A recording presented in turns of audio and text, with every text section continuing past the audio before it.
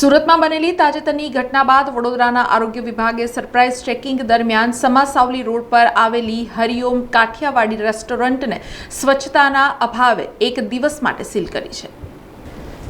સુરતમાં બનેલી તાજેતરની ઘટના બાદ વડોદરાનું આરોગ્ય તંત્ર પૂરેપૂરું હરકતમાં આવી ગયું છે। ખાદ્ય પદાર્થોની ગુણવત્તા અને સ્વચ્છતાની સુનિશ્ચિતતા માટે આરોગ્ય વિભાગની ટીમ દ્વારા શહેરના વિવિધ વિસ્તારોમાં સરપ્રાઇઝ ચેકિંગ ઝુંબેશ હાથ ધરવામાં આવી હતી।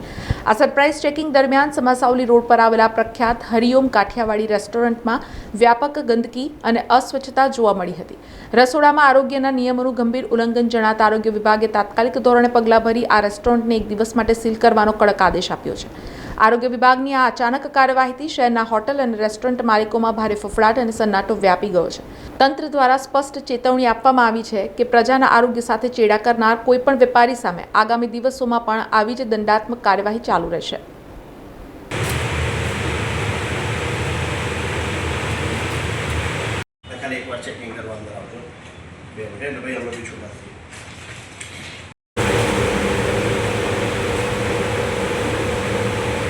બીજા કોઈ ના આવે કડક નોર્મલ એવું એટલું પણ નહીં બસ બરાબર છે। ये कपड़ा पूरा हटा दो यहाँ से किचन में तो निकालो यहाँ से पूरा 1 किलो के कपड़ा प्लेट लो उसका व्हाइट प्लेट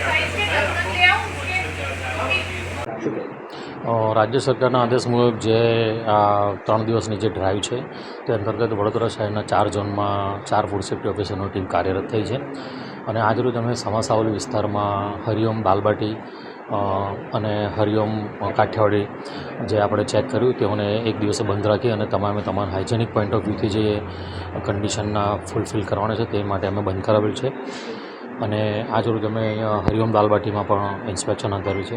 ત્યાં હાઇજેનિક કન્ડિશન પ્રોપર જોવા મળેલ છે।